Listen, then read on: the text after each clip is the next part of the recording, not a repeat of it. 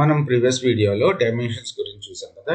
ఈ modelling techniques లో మనకి స్టార్ స్కీమా అని స్నోఫ్లేక్ స్కీమా మోడలింగ్ టెక్నిక్స్ వాడతాం. ఇది డైమెన్షన్ మోడలింగ్ లో డేటా వేర్ హౌస్ ని డిజైన్ చేయడానికి, లేకపోతే డేటా మార్ట్ లో డేటాని డిజైన్ చేసుకోవడానికి మనం డైమెన్షన్ మోడలింగ్ లో స్టార్ స్కీమా ప్యాటర్న్ కానీ స్నోఫ్లేక్స్ ప్యాటర్న్ కానీ యూజ్ చేస్తాం అనమాట. స్టార్ స్కీమా ఏమవుతుందంటే, స్టార్ స్కీమాలో ఒక ఫ్యాక్ట్ టేబుల్ ఉంటుంది, దాని చుట్టూతా డైమెన్షన్ టేబుల్స్ ఉంటాయి. It is a common data ware design pattern where central fact table is surrounded by multiple dimension tables. These structures facilitate efficient data analysis and reporting by organisation data in hierarchical format. Okay, so ఇక్కడ మనకి star స్కీమాలో ఏమవుతుందంటే, ఒక fact table ఉంటుంది, ఆ fact table కి so many dimension tables attach అయి ఉంటాయి అనమాట. ఇక్కడ చూడండి, సో ఇందులో ఉన్న ప్రైమరీకి మన ఫ్యాక్ట్ టేబుల్లో ఫారెన్ కీ కింద ఉంటుంది అనమాట. సో 1 to many రిలేషన్షిప్ లో ఉంటాయని మనం ప్రీవియస్ గా చూసాం కదా.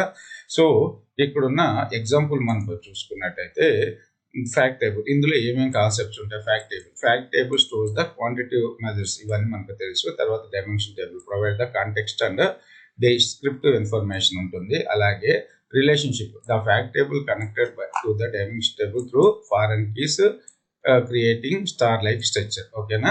సో ఈ సింబల్ ఎలా చూడటానికి మనకి స్టార్ సింబల్ లాగా ఉంది కదా, మధ్యలో మిడిల్ లో వచ్చి fact table surrounded by dimension tables అనమాట. ఓకే, సో ఇక్కడ మనకు చూసుకున్నట్టయితే ఇది మన ఫ్యాక్ట్ టేబుల్. ఈ ఫ్యాక్ట్ టేబుల్లో sales ID, product ID, customer ID, date, quantity, price total ఉన్నాయి. ఇది వచ్చేసి మన సేల్స్ ఫ్యాక్ట్ టేబుల్. ఓకే, దీనికి రెలవెంట్ గా మనకి ఏమేమి ఉన్నాయి ఇక్కడ చూసుకున్నట్టయితే, ప్రోడక్ట్ టేబుల్లో మనకి సో మెనీ ప్రోడక్ట్స్ ఉన్నాయి. ఇది డైమెన్షన్ టేబుల్ dim_ప్రోడక్ట్. ఓకే, సో ఇది కస్టమర్ టేబుల్, ఇది డైమెన్షన్ టేబుల్. అలాగే ఇది వచ్చేసి డేట్ టేబుల్. ఓకే, సో ఈ విధంగా ఇక్కడ మనకి ఇప్పుడు నాకు టోటల్ ఒక ఫ్యాక్ట్ టేబుల్ నుంచే డేటాను రిట్రైవ్ చేసుకోవాలి అనుకుంటే, మనకి టోటల్ సేల్స్ ఇన్ని వచ్చినాయి అన్నప్పుడు మనకి డైమెన్షన్ టేబుల్స్ తో అవసరం లేదు. మనం టోటల్ సేల్స్ ని మనం ఇక్కడ క్యాలిక్యులేట్ చేసేయగలుగుతాం. అలాగే ఎన్ని క్వాంటిటీస్ ఆర్డర్ వచ్చింది అనేది దానికి మనం ఇక్కడ ఫ్యాక్ట్ టేబుల్ నుంచే డెరైవ్ చేసుకోవచ్చు. ఓకే,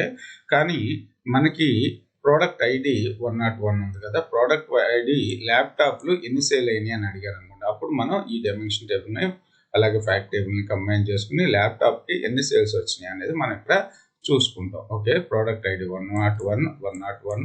సో ఎన్నిసార్లు రిపీట్ అయింది, 3 4 5 టైమ్స్ రిపీట్ అయింది. సో ఎన్ని కంప్యూటర్స్ ఆర్డర్ వచ్చినాయి అనేది క్వాంటిటీని మనం చెక్ చేసుకుని, సో టోటల్ ప్రైస్ కావాల్సి వస్తుంది. సో ఇలా సమ్ చేసుకుని మనం చూసుకుంటాం అనమాట. అంటే ఫస్ట్ ల్యాప్టాప్ యొక్క ప్రోడక్ట్ ఐడిని ఎక్స్ట్రాక్ట్ చేసుకుని ఆ ప్రోడక్ట్ ఐడితో జాయిన్స్ యూజ్ చేసుకుంటాం, రైట్.